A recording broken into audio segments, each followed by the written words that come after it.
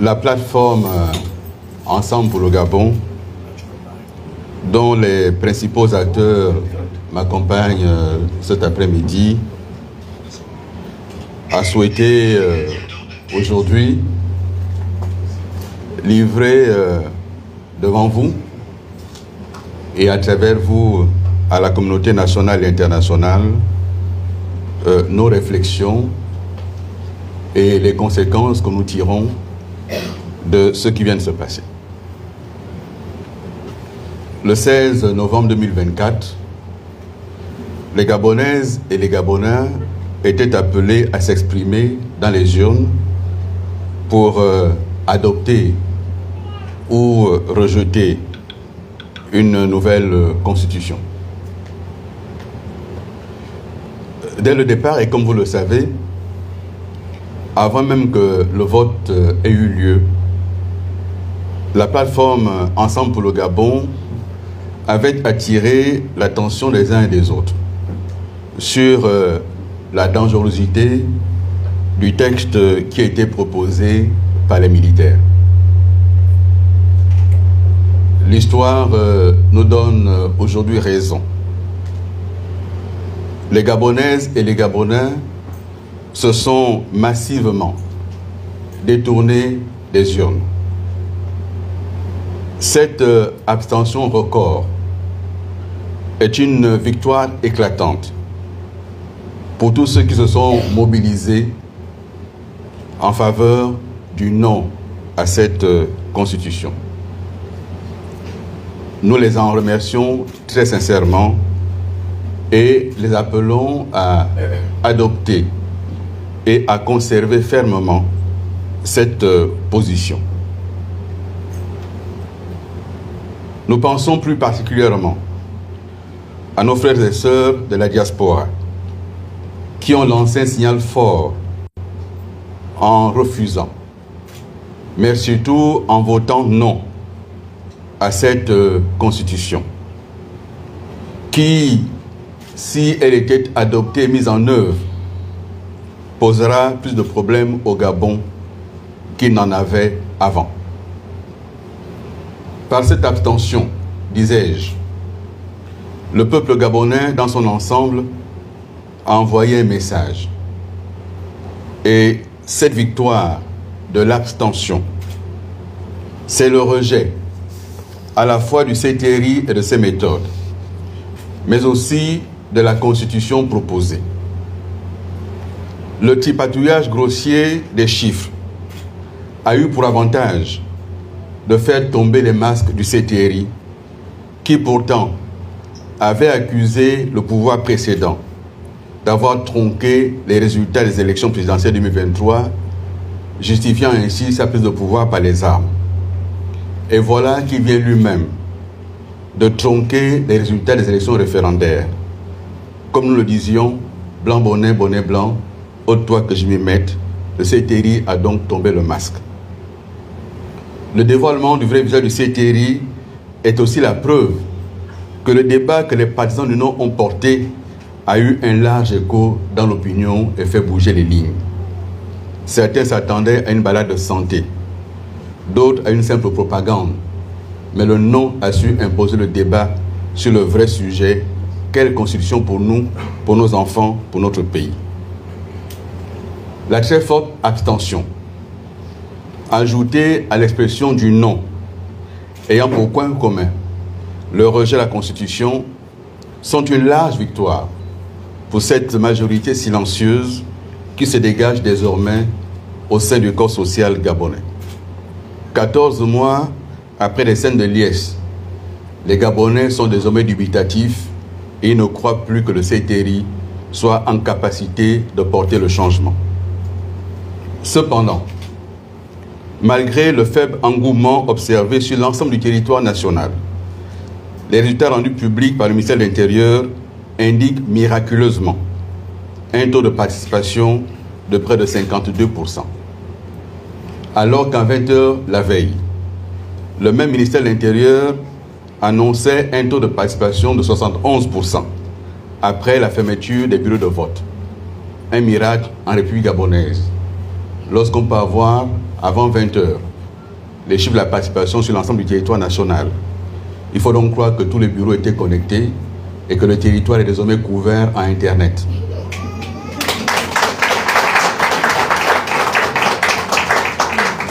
Par quel miracle, mesdames et messieurs? Car il s'agit bien là de la cour des miracles. Par quel miracle est-on passé de 71% la veille de taux de participation à 52% désormais, soit 20 points d'écart? 20 points. Par quel miracle? Si ce n'est pas la preuve de chiffres préfabriqués qui étaient en boîte avant même les élections.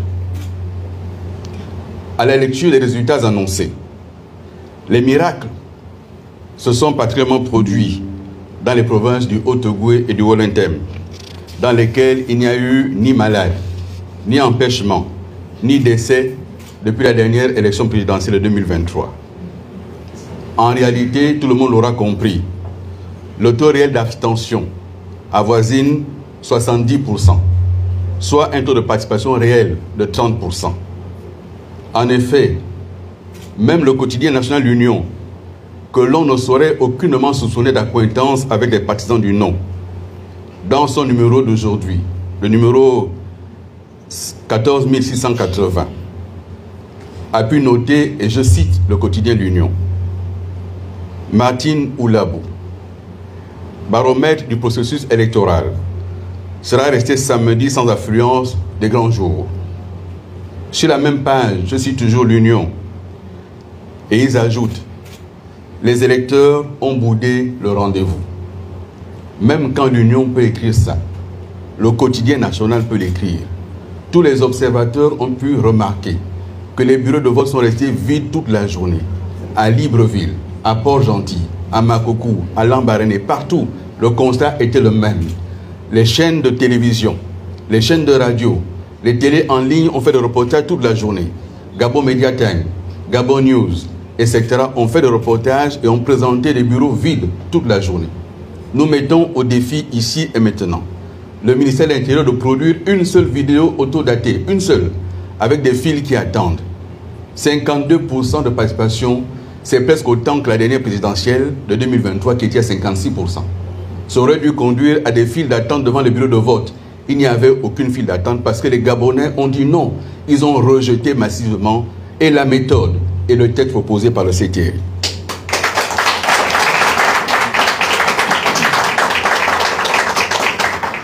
Un autre miracle, mesdames et messieurs, puisqu'il n'y a que des miracles dans cette élection,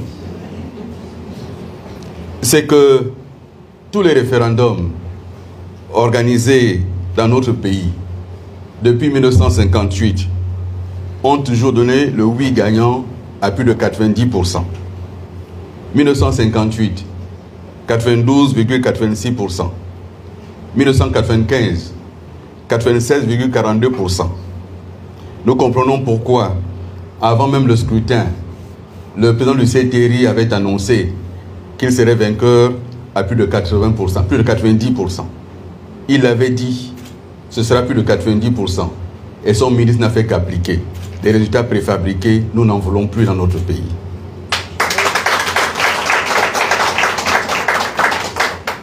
Tout semble donc avoir été mis en œuvre pour qu'on en arrive là.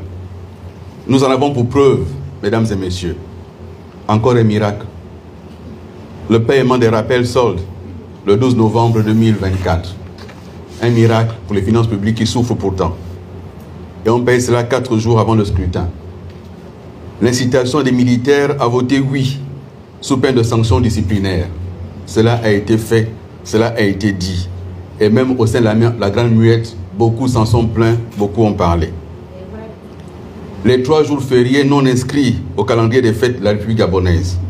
Cependant, les Gabonais en ont profité pour rester chez eux. Ils ne se sont pas déplacés voter. Autre miracle, la distribution des enveloppes d'argent sur le territoire national. On a eu des vidéos partout. Et les urnes, mesdames et messieurs, qui étaient bourrées bien avant le début des votes. Les urnes non scellées et bourrées avant le début des votes. On arrivait à 7h30 pour voter. Il y avait déjà certaines urnes qui étaient à moitié remplies. Chacun a pu l'observer. Et la volonté de tricher a été telle qu'à certains endroits, on a eu 120% de participation. Mesdames et messieurs,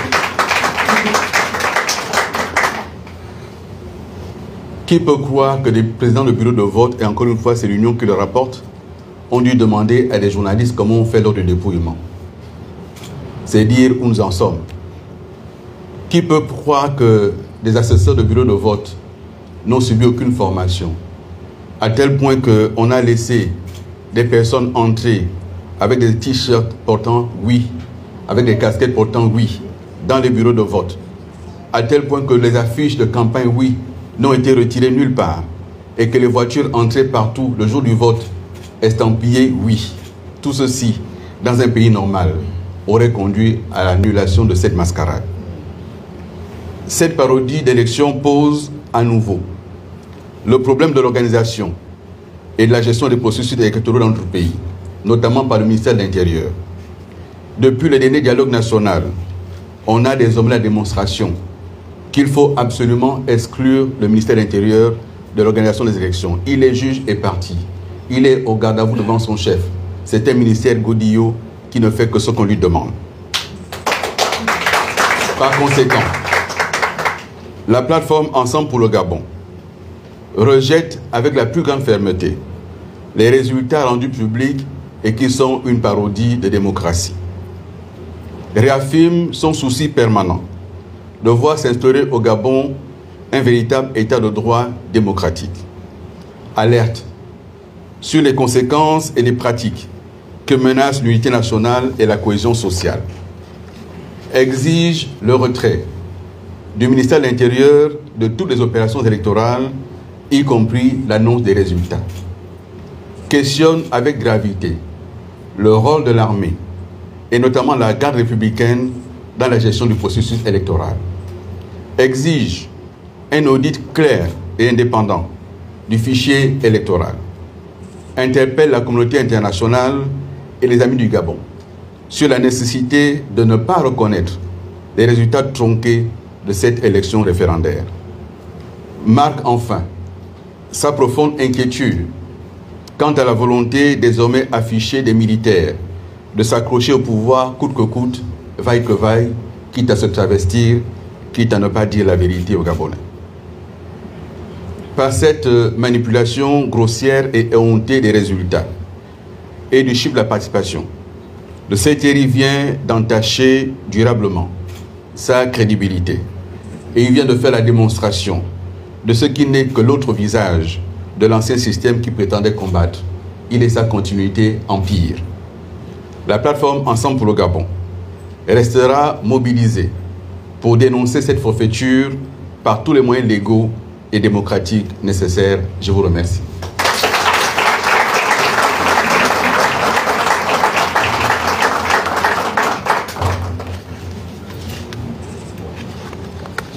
Mesdames et messieurs, nous pouvons répondre à vos questions, si vous en avez.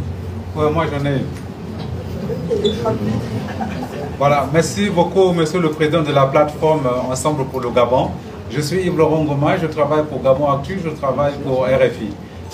Monsieur le président, vous semblez vous réjouir du taux d'abstention et puis vous mettez ça à votre profit alors que vous avez clairement appelé à voter non et que les autres disent que vous avez été battu à plate couture parce que vous avez appelé à voter non et que le non n'a obtenu que 8% de suffrages. Je viens de vous indiquer que ces chiffres, je les rejette totalement.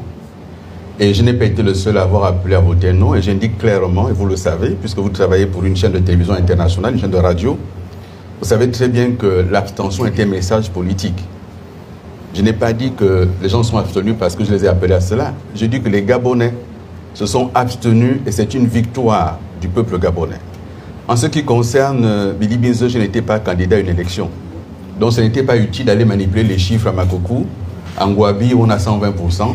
À Maïga, on a moins de 100% de participation et pourtant on a 100% qui sont alignés.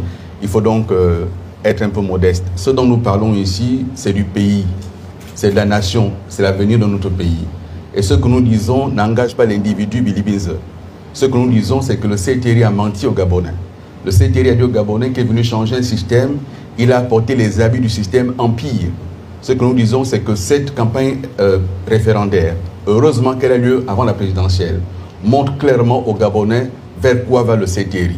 Le CTRI aujourd'hui est incapable de prouver aux Gabonais comment on est passé de 71% de participation à 52% de participation. Vous-même, vous avez été à Libreville. Aucun journaliste ici ne peut me dire qu'il a vu une file dans un seul bureau de vote, devant un seul bureau de vote. Aucun. Sinon, on aurait présenté cela. Même les photos présentées par l'Union aujourd'hui, des photos de Martine Oulabou, montrent des cours vides. On a vu dans tous les collèges de Libreville, le lycée d'État l'Estuaire, c'était vide. On a vu là à Québec, la plupart des bureaux étaient vides. À Martine Oulabou, c'était vide. Les Gabonais ont dit que ça ne les concerne pas. Ça veut aussi dire que leur priorité, ce n'était pas cette constitution. Leur priorité n'était pas là. Ils ont d'autres priorités. La vie chère, l'emploi des Gabonais, la lutte contre l'insécurité. On a aujourd'hui des policiers, officiers supérieurs, qui sont dans un scandale alors que la drogue envahit nos quartiers. Que nos enfants deviennent fous dans les quartiers avec la drogue.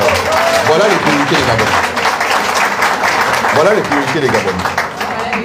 Et là, la Cour des miracles, qui a fait en sorte qu'à la télévision nationale, on nous annonce un chiffre, 71% de taux de participation, alors que les bureaux de vote n'étaient pas encore fermés.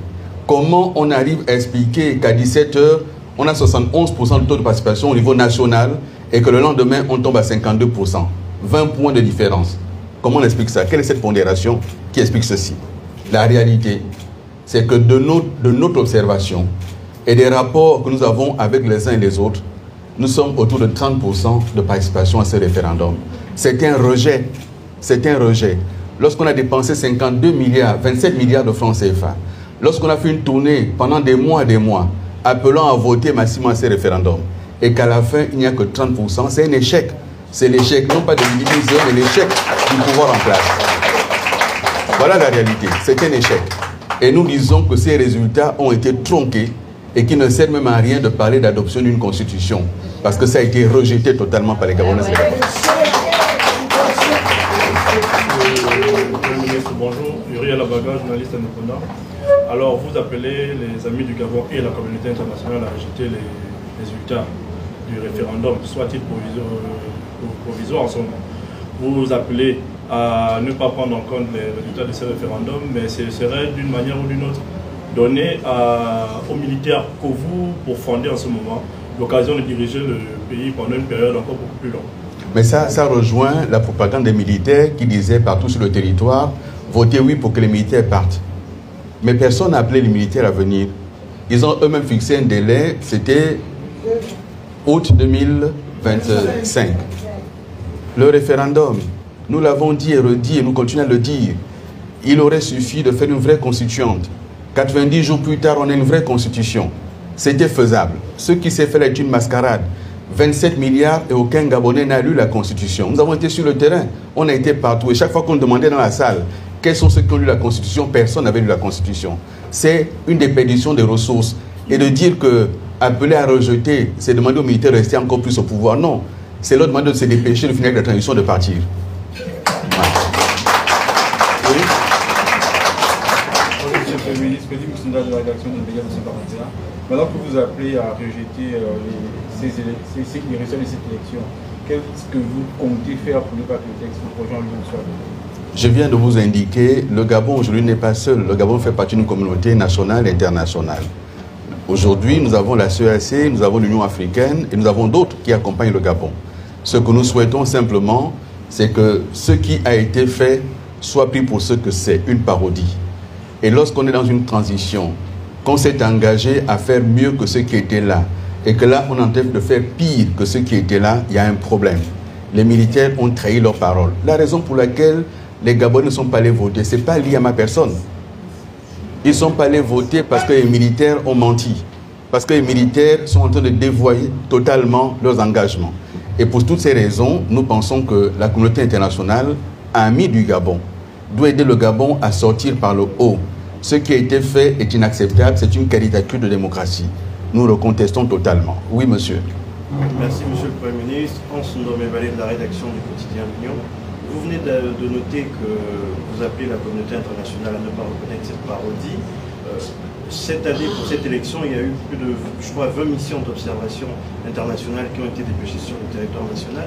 Est-ce que vous attendez à ce que les rapports de ces missions d'observation disent le contraire de ce qui a été annoncé par le ministère de l'Intérieur? Et si oui, sinon, qu'est-ce que vous comptez faire finalement? Si ces missions d'observation ne disent finalement pas qu'il y a eu 30% de participation. Merci. Moi, je ne sais pas où. Vous me permettre de compléter sa question, puisque il y a une mission d'observation, le réseau des observateurs du Gabon, qui disait hier avoir parcouru plus de 1000 bureaux de vote. Et au final, il parle d'incidents mineurs. Alors, je sais pour compléter sa question, qu'est-ce que vous pensez par rapport à cela? Depuis qu'on organise les élections dans ce pays, il n'y a jamais quasiment eu d'incident lors des scrutins. Les problèmes, c'est après, au moment où la proclamation des résultats. Donc de dire qu'on a fait 1000 bureaux de vote sans incident, ça ne veut rien dire. Je ne sais pas où ils ont été pour les 1000 bureaux de vote, mais moi ce que je vous dis, c'est que le vainqueur de cette élection, c'est l'abstention. Et que les militaires ont les vrais résultats. Le général commandant, le président du CTRI a les vrais résultats. Et il sait très bien que c'est 30% de participation et que les 8 qu'on lui a menés là ont été des 8 préfabriqués, où sur tout un département, le nombre d'inscrits égale le nombre de votants égale le nombre de 8. Voilà les résultats qui ont été fabriqués. Et vous me dites, oui, mais les observateurs, bon, moi j'étais à Makoko, je ne les ai pas rencontrés à Makoko. Et j'ai vu que c'est dans la presse, on a rapporté qu'ils ont été refusés à certains endroits. Dans certaines localités, comme dans le Haut-Ogooué, certains les ont rejetés. Dans l'Angouné, certains les ont rejetés. J'ai aussi vu qu'il y a des problèmes d'accréditation. Et donc, moi, je ne sais pas. Je ne peux pas répondre à leur place. Je ne sais pas quels rapports ils vont faire. Mais les rapports que me font ceux de la plateforme et les autres qui ont été sur le terrain, c'est qu'il n'y a pas eu de participation. Et merci d'être là, vous, l'Union. Vous avez bien rendu compte de cela. Il n'y a pas eu de participation. Pour une fois, je suis d'accord avec vous. Est-ce que vous n'avez pas l'impression... Est-ce que vous n'avez pas l'impression que vous mettez le CTRI dans une situation que vous connaissez particulièrement? Vous avez été membre des gouvernements d'Ali Bongo pendant de longues années. L'élection de 2009 a été contestée. On a appelé la communauté, les opposants de l'époque ont appelé la communauté internationale à rejeter les résultats. Rien ne s'est passé comme il voulait. Ali Bongo a fait 7 ans de mandat. En 2016, il y a eu une élection présidentielle. Vous étiez ministre de la Communication, je me souviens bien, porte-parole même de la campagne. Il y a eu Ali Bongo vainqueur et Jean Ping a rejeté les résultats, s'autoproclamant président élu et appelant la communauté internationale à rejeter. Mais Ali Bongo a bien fait 7 ans de mandat.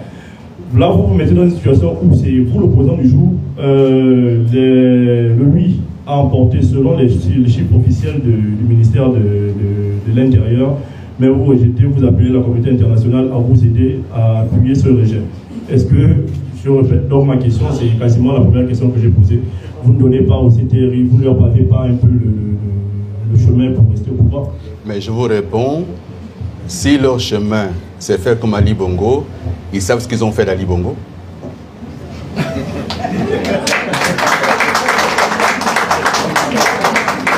Et donc si vous pensez qu'ils peuvent comme ça ne pas entendre ce qui est dit, malgré les évidences, et qu'ils vont s'accrocher, ils savent donc ce qui doit arriver quand on s'accroche.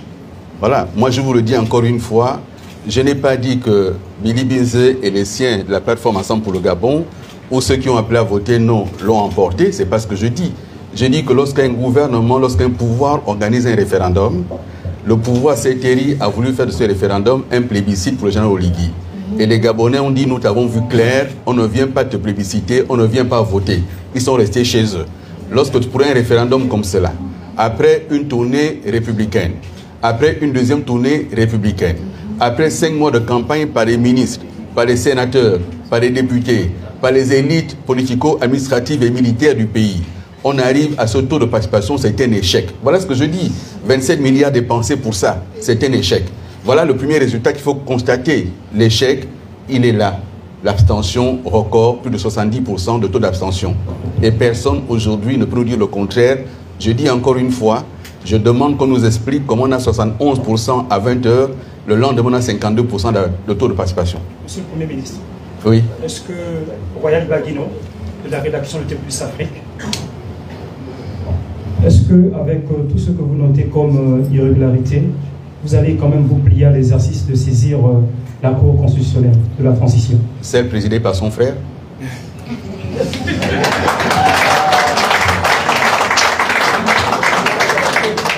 c'est totalement inutile. Moi, j'ai beau être démocrate, je connais la réalité de mon pays et je sais qu'il a mis son frère à cet endroit pour cela. Et habituellement, on conduit les opposants là-bas comme une souricière, j'irai pas là-bas.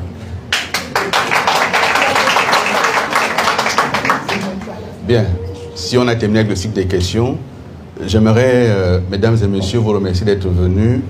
Et encore une fois, au niveau de la plateforme Ensemble pour le Gabon, nous avons indiqué que nous userons de tous les mécanismes possibles, aussi bien ce qui est légal que ce qui est démocratique, pour que le monde entende que ce qui s'est passé au Gabon est une parodie. C'est une caricature qui nous place dans une position de république bananière. Jamais on n'aurait imaginé ceci il y a encore 14 mois. Jamais il y a encore 14 mois, on aurait imaginé que les Gabonais resteraient chez eux sans aller voter, parce qu'ils ont compris la manœuvre. Et ils savent que ce qui est fait là, c'est pour dessiner un président roi, et les Gabonais n'en veulent pas. Le fait de cette abstention veut dire on ne veut pas de cette constitution, on ne veut pas d'un président roi, on ne veut pas des mandats de 7 ans. Même si on dit que le oui l'a emporté, on sait comment il l'a emporté. Et on sait très bien pourquoi on allait chercher certains pour s'appuyer sur eux. Ce qu'on dénonçait hier, on s'est appuyé sur eux pour faire exactement la même chose, la manipulation électorale. Et cela, c'est inacceptable. Nous le dénonçons fortement et fermement. Nous disons clairement ceci. Les militaires se sont engagés à améliorer la gouvernance. Ils viennent d'échouer. Ils se sont engagés à faire mieux que le pouvoir qu'ils ont chassé. Ils viennent d'échouer. Ils se sont engagés à donner aux Gabonais de quoi être fiers de ce pays. Aujourd'hui, c'est le déshonneur qui entache leur uniforme. Parce que cette élection, c'est le déshonneur de l'armée gabonaise. Et je suis navré de le dire, ceux qui ont fait ça entachent la totalité de l'armée gabonaise. Et je connais des militaires qui ne sont pas d'accord avec ces chiffres qui ont été annoncés, qui ne représentent rien, qui ne reflètent rien, qui ne sont pas la réalité de notre pays. Et ça, ils doivent entendre raison et reculer tant qu'il est encore temps. Ce que le général Oligui a reçu au palais le mardi 12 novembre, les partisans du non qu'il a reçus au palais, il les a regardés les yeux dans les yeux, entourés de ses généraux. Et il leur a dit, si le non l'emporte, rien ne nous enlèvera du pouvoir, on restera ici. Ah ben nous disons, chiche, allez-y. Chiche, allez-y. Parce que la vérité, vous dites être arrivé sans effusion de sang. Et voilà que vous cherchez à tout prix à vous cacher derrière une loi d'amnistie votée dans la Constitution. Vous dites que vous êtes arrivé sans effusion de sang, mais vous voulez quand même vous accrocher. Demain, ce peuple-là, que je ne représente pas aujourd'hui, je n'ai pas mandat de représenter le peuple, mais ce peuple m'entend, il entend tout ce qui s'exprime, et lui-même s'est exprimé dans sa jeunesse, dans sa diversité. Ce peuple est en train de dire, ce n'est pas ce mandat qu'on vous a donné, c'est Thierry. On ne vous a pas appelé pour ça. Vous êtes en train de faire pire que ce que vous avez chassé. Ressaisissez-vous, sinon il sera trop tard.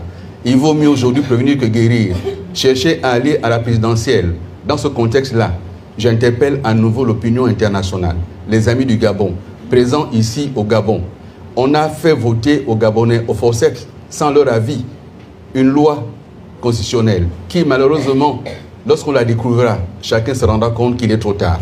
Je dis encore une fois, c'est une forfaiture, c'est une trahison contre le peuple gabonais. Et je pèse mes mots. On vient de trahir l'espérance du peuple gabonais. Et nous sommes là pour dire, vous n'avez pas le droit de faire cela. Voilà ce que nous disons simplement au niveau d'Ensemble pour le Gabon. On ne trahit pas un peuple deux fois. On ne fait pas ça. Voilà ce que je dis. Merci, mesdames et messieurs.